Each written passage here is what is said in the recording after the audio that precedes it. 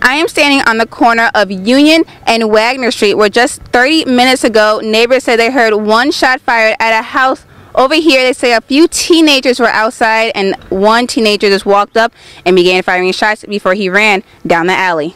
Students and staff have been working trying to figure out if the University of Illinois is ready for a new mascot, and the Student Senate says they are. And what is the symbolism of you as a black woman on top of that pole with the Confederate flag in South Carolina? Yeah, absolutely. Well, I mean, my ancestors were enslaved in South Carolina, as many black Americans were. Enrollment in the state for higher education has been decreasing, but a new report released this week from the Illinois Board of Higher Education shows those opting out of college seem to be minorities. The Bowl for Kids' Sake fundraiser is the nation's largest fundraiser.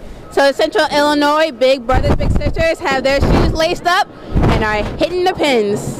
With the St. Louis Blues and the Chicago Blackhawks as sponsors, they're coming together to raise over $15,000 for the American Cancer Society. That check will be presented right here on the ice in 2 minutes. Illinois primary is on Tuesday, and a lot of people are here to see if Bernie Sanders is their best fit for their vote. In Champaign, Brittany Nicole Brooks, WAND News. As Sports Watch's Brittany Brooks reports, with 10 games left in the season, one dynamic duo that paces the team is on a roll to break some records. She came in here and said, "Coach, I think you have 2 number ones on your pitching staff, and I'm going to show you." And ever since that day, she has showed us. Many collegiate softball teams have that one standout player, but Eastern Illinois softball head coach Kim Schutte has 2, and they're in the same position. That's a cool thing as a pitching coach, because if one's not working, we bring in the other one, and it's like a drastic change, and the hitters kind of don't know what to do.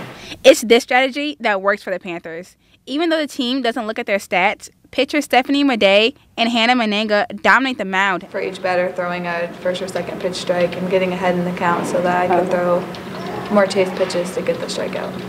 The 5-time Ohio Valley Conference Pitcher of the Week transferred to EIU at the beginning of the 2012 season.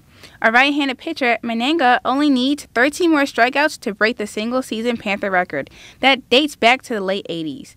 Pitcher Stephanie Madej says the team made sure Menenga adjusted well to her second family. I mean, we kind of knew that it'd be hard coming in halfway through the season or halfway through the year, so we made a conscious effort to make sure that she felt welcome here. Menenga and Madej are not only teammates, but best friends. The two have a mutual competitive relationship that helps them on and off the diamond. Stephanie are pretty close on and off the field, so during the games we're together the whole time talking at practice and during the games about the game and what we can do to be better. And it works.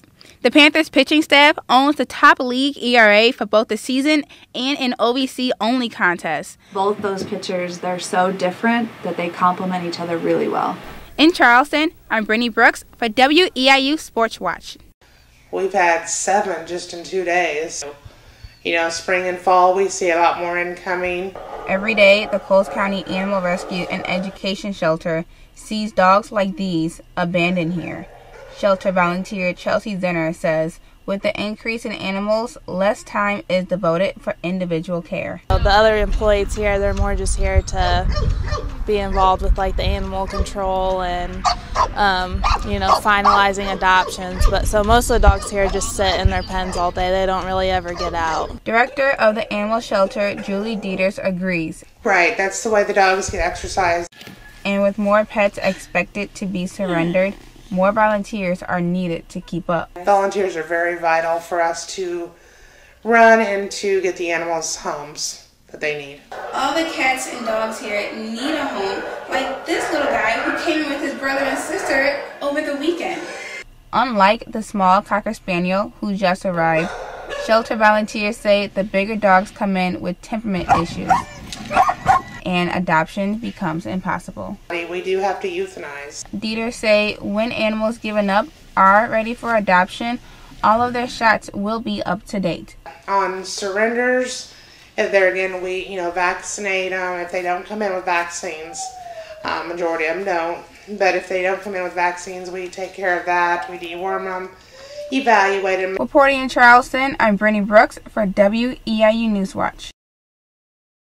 No. nobody would get fired, then the prices will go up, and then we'd look at probably not replacing people as they left.